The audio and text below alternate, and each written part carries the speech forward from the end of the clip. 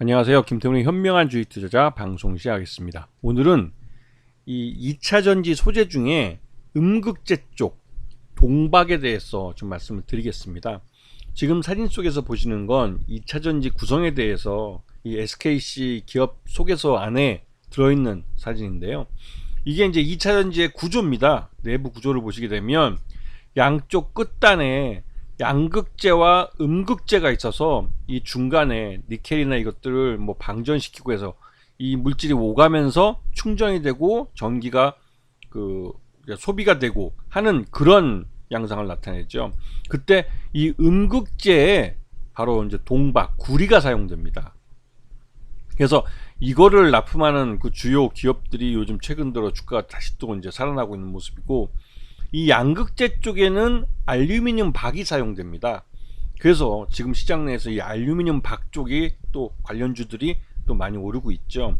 근데 지금 시장에서는 이 동박에 대해서 얘기가 많은데, 이 동박은 그 나름대로 이제 구리값이 좀 많이 그 요동을 치고, 알루미늄도 양극재에 쓰이는 알루미늄도 마찬가지지만 이 광물 자원이기 때문에 이게 좀 주가가 많이 급등 나가래요. 특히나 칠레에서 이 동이 구리가 주로 많이 생산되는데, 칠레 광산 쪽에서 무슨 문제가 생기면 이 구리값이 아주 급등을 해버립니다. 그렇게 되면 이 음극재를 만드는 업체들은 앉아서 손해를 보는 구조가 돼버리죠.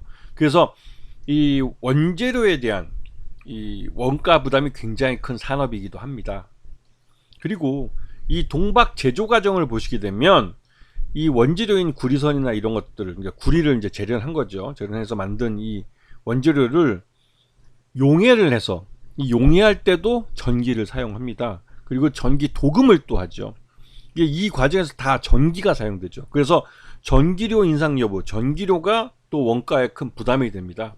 앞에서 말씀드렸던 이 구리 광석에 대한 구리 가격이 또 원가에 부담이 되고, 이 만드는 과정에서 이 전기료가 또 원가에 부담이 되기 때문에 이 동박을 제조하는 회사들은 수주를 할 때 이 수주 가격을 잘 계산하지 않으면 중간에 이 구리값이 급등을 해서 뭐 손실을 볼 수도 있고, 전기료가 인상돼서 이 손실을 볼 수도 있습니다. 왜냐면 수주한 다음에 가격 조정을 하는 건 굉장히 어렵기 때문에 그렇죠.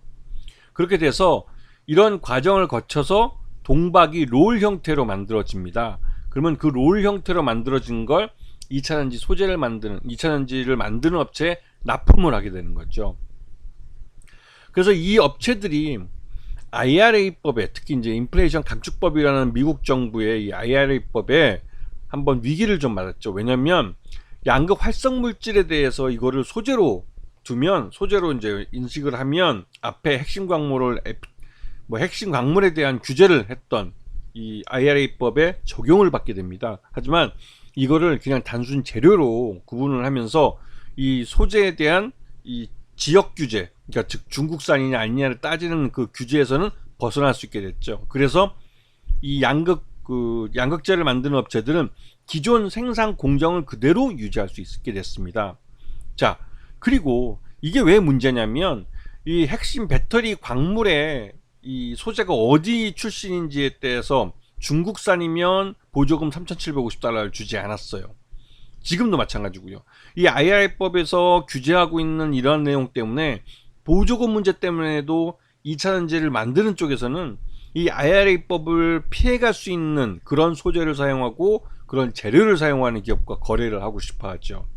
그런 문제 때문에 뭐 국내 이제 이 동박을 만드는 업체들은 일단 미국 IRA법에 대해서는 상관없이 기존 그 생산 공정대로 생산할 수 있게 됐습니다. 그런데 문제는 LG엔솔이나 SK온이나 또 그 삼성 SDI 모두 미국 현지에다가 공장을 만들고 거기서 공장에서 미국 현지에 생산해야만 보조금을 받을 수 있기 때문에 미국에다가 생산 공장을 만든다는 거죠. 즉 국내에 있는, 또 물론 해외에도 이제 생산 그 라인들이 있지만, 이 동박을 만드는 이 과정을 갖고 있는 공장들은 대부분 다 전기료가 싸고 구리나 원재료들을 쉽게 구할 수 있는 그런 곳에 위치했어요. 특히나 생산 공정 내에서 전기를 많이 사용하기 때문에 전기료가 싼 데에다가 공장을 짓죠. 그러다 보니 미국 같은 데는 짓지 않았었는데 요번에 고객사들이 진출하면서 이런 동박을 만드는 업체들도 미국에 진출해야 될 필요성을 느끼게 된 겁니다. 그래서 대거 미국 현지에 이 동박 공장을 짓겠다고 하고 있는데 전기료가 굉장히 큰 문제가 되고 있죠. 자, 이 IRA 세부 법안에 보면 이 리튬이나 그 니켈 같은 원재료, 이 핵심 소재가 어디 출신이냐, 이게 중국산이냐 아니냐에 대한 굉장히 큰 규제가 담겨져 있습니다. 그래서 이 비율을 다른 뭐 에코프로나 이런 업체에서는 굉장히 따지게 될 수밖에 없죠. 이런 부분을 잘 감안해 두시고 이 동박하고는 전혀 상관없긴 합니다. 근데 이 전기차 배터리용 동박 수요를 보시게 되면 이제 꾸준히 늘고 있어요. 점점 2023년을 기점해서 굉장히 좀 빠르게 급증을 하고 있는 것을 보실 수 있습니다. 당연히 이 동박에 대한 가격도 오를 수밖에 없고, 왜냐면 수요가 그만큼 늘어나기 때문에 그 공급량을 맞추기 위해서 이 동박을 만드는 쪽에서는 가격을 올릴 수밖에 없습니다. 그리고 또 생산 캐파를 늘리기 위한 대규모 투자를 할 수밖에 없는 거죠. 자, SK 넥실리온 이 업체가 세계 1위입니다. 동박을 만드는 세계 1위 업체인데 이 업체가 주로 거래하는 게 SK온이에요.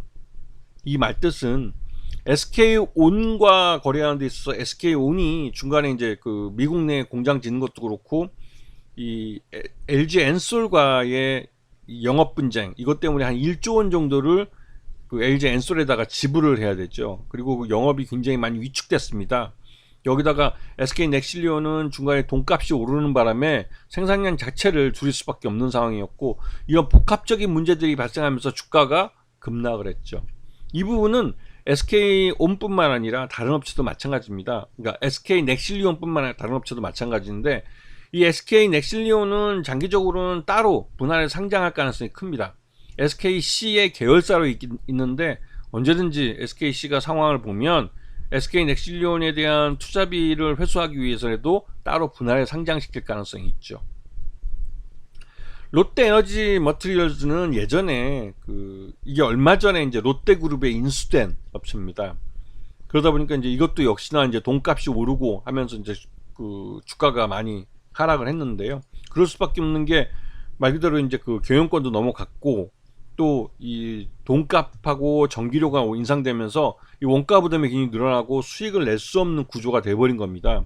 그리고 이제는 이제 향후 이 2차전지의 생산량이 늘어나고 음극재에 대한 수요가 늘어나고 있기 때문에 이런 부분 때문에 규모의 경제를 달성하면서 SK 에너지 머티리얼즈는 이제 실적을 낼 수 있는 가능성이 점점 높아진 거죠. 다만 문제는 이 전기료 인상 같은 부분이 우리나라에서는 계속 오르기 때문에 해외에다 공장을 계속 지을 가능성이 크고, 그에 따른 투자비 과다가 이 SK, 그러니까 롯데그룹으로서는 부담될 수밖에 없는 거죠. 롯데는 지금 현재로서는 굉장히 위험한 업체입니다. 왜냐면 이 업체가 러시아와 중국에 투자해 넣어서 대규모 조 단위의 손실을 보고 나왔고, 그걸 메꾸기 위해서 국내에서는 서초동 롯데칠성 부지에 대한 부지에 대한 뭐 이렇게 부동산 가치를 조정해 준다든가, 이 말 뜻은 뭐 용도를 변경해 준다든가, 이러한 것들을 통해서 이제 일부 정부로부터 손실을 보전을 받긴 했지만 여전히 롯데의 주력 기업인 롯데쇼핑이나 이런 쪽 소비 쪽이 굉장히 위축되어 있는 상태고, 그런 과정에서 롯데 에너지 머티리얼즈를 인수하면서 이 부채를 굉장히 많이 지게 됐어요. 그런 부분 때문에 이 롯데 에너지 머티리얼즈는 이 시장 외형이, 즉 2차전지 쪽 음극재 시장이 확실히 커지지 않으면, 빠른 속도로 커지지 않으면 그 부채를 감당하기는 굉장히 어려운 상황이기도 합니다.